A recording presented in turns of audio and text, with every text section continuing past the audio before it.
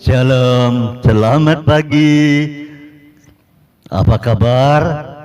Tetap semangat karena tadi malam dapat tidur nyenyak, mimpi indah. Pagi ini tubuh sehat Tuhan berikan kepada kita. Dan sebelum kita bekerja, kita mau duduk diam di bawah kaki Tuhan. Sebelumnya, mari kita berdoa. Kami bersyukur pagi hari ini Tuhan, karena kasih anugerah-Mu yang besar, kami boleh menikmati kasih-Mu di dalam tidur nyenyak semalam, dan pagi ini oleh kasih karunia pula, kami dibangunkan dan mendapatkan tubuh yang sehat, sehingga kami dapat melakukan segala aktivitas sepanjang hari ini dengan kekuatan daripada Tuhan. Terima kasih Bapak. Sebelum kami melakukan semuanya itu, kami mau duduk diam di bawah kaki Tuhan. Kami mau dengar kebenaran firman Tuhan. Berfirmanlah kepada kami siap untuk menerimanya. Dalam nama Tuhan Yesus. Haleluya. Amin.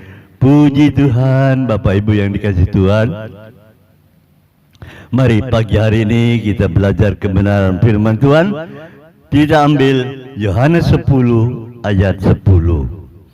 Yohanes 10 ayat 10. Firman Tuhan berkata, pencuri datang hanya untuk mencuri dan membunuh dan membinasakan. Aku datang supaya mereka mempunyai hidup dan mempunyainya dalam segala kelimpahan. Puji Tuhan. Tema firman Tuhan pagi hari ini dengan judul menang atas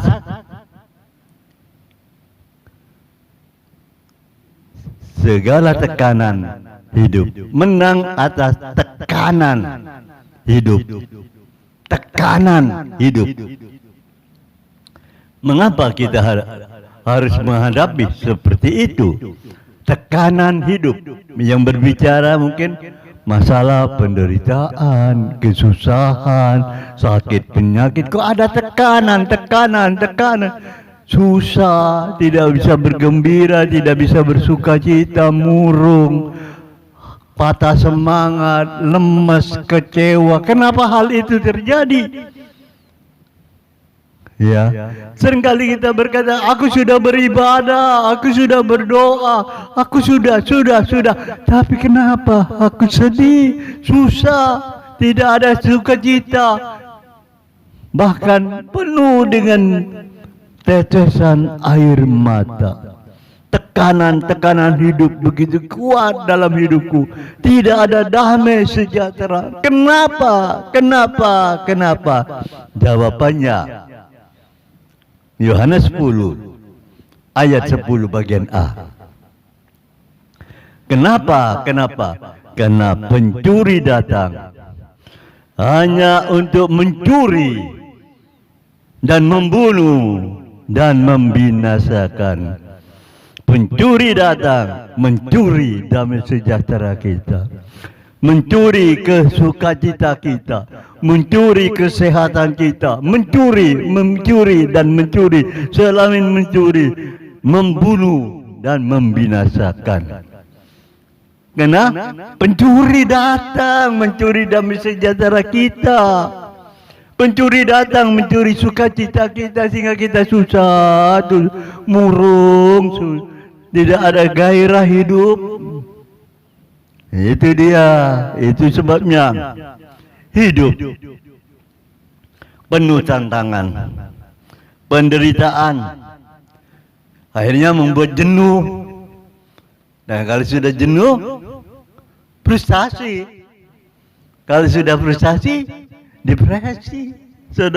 Kalau sudah puncaknya, puncaknya itu di dalam ayat 10 ayat 1 mengatakan, aku telah bosan hidup. Aku telah bosan hidup.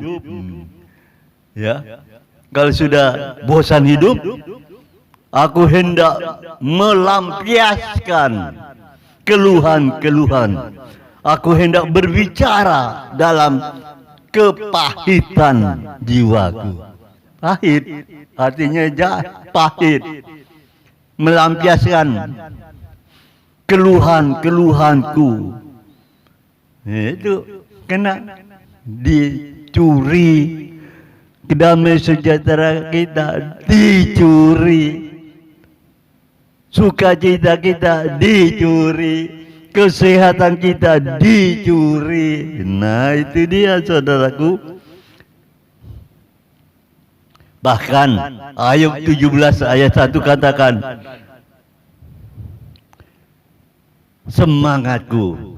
Nah, ini semangatku patah. Patah. Semangatku patah. Umurku telah habis. Nah, ini orang sudah mengalami kalau damai sejahteranya, sukacitanya dicuri oleh pencuri, semangatnya patah, kiwir-kiwir dah. Umurku telah habis.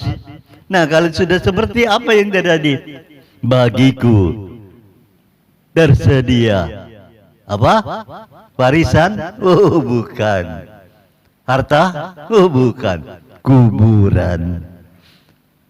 Tersedia kuburan. Nah, ini payah. Kalau pencuri datang mencuri damai sejahtera kita, tekanan ada dalam hidup kita. Endingnya, akhirnya kuburan. Kasihan. Saudara, dalam keadaan seperti itu, kadang-kala kita berkata, seperti Mazmur katakan, aku berkata kepada Allah, gunung batuku, mengapa engkau melupakan aku? Mengapa aku harus hidup berkabung di bawah himpitan musuh? Seperti tikaman maut ya dalam tulangku, lawanku mencela aku sambil berkata kepadaku sepanjang hari, di mana Allahmu? Saudara, seringkali pada waktu kita dikatakan di mana Allahmu, apa jawaban saudara yang sedang lagi dalam keadaan tekanan, kecewa? Enggak Tuhan-Tuhanan, enggak gerejo-gerejoan. Orang tanya, di mana Allahmu? Itu dia. Orang sudah kecewa, depresi.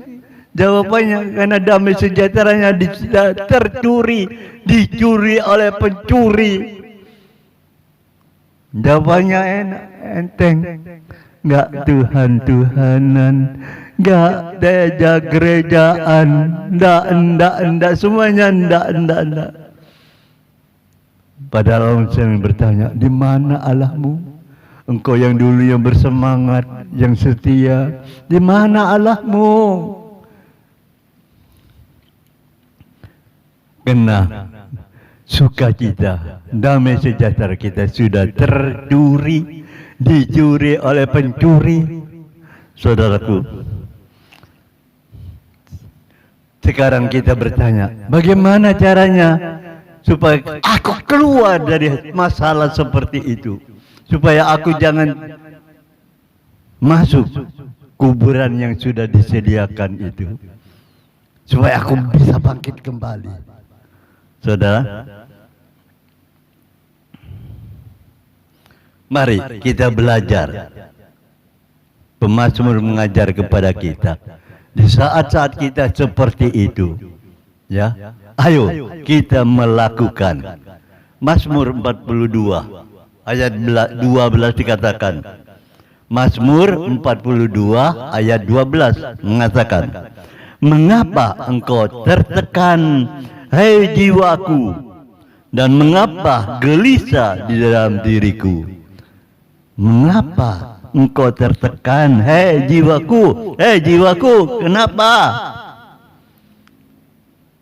Kemudian dikatakan, berharaplah kepada Allah, sebab aku bersyukur lagi.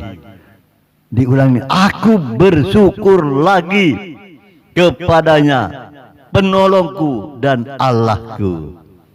Nah, inilah yang Tuhan inginkan pada saat kita dalam keadaan tertekan, mengadakan penginjilan pribadi.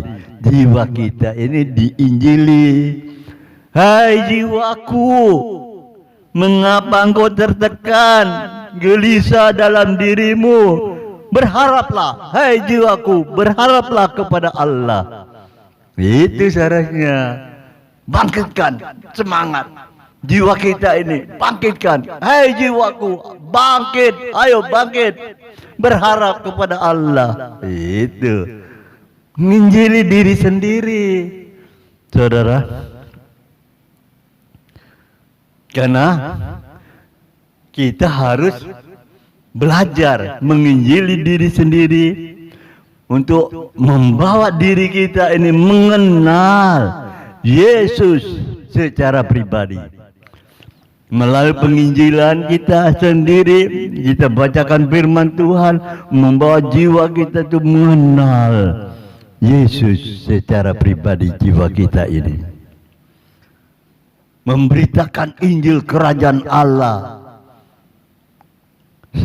Sebab aku bersyukur lagi, ya, ini aku bersyukur lagi kepadanya.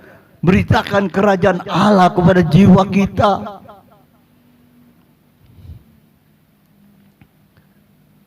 Dan yang terakhir, menangkan jiwa. Menangkan jiwa. Jiwanya siapa? Ya diri kita inilah. Menangkan.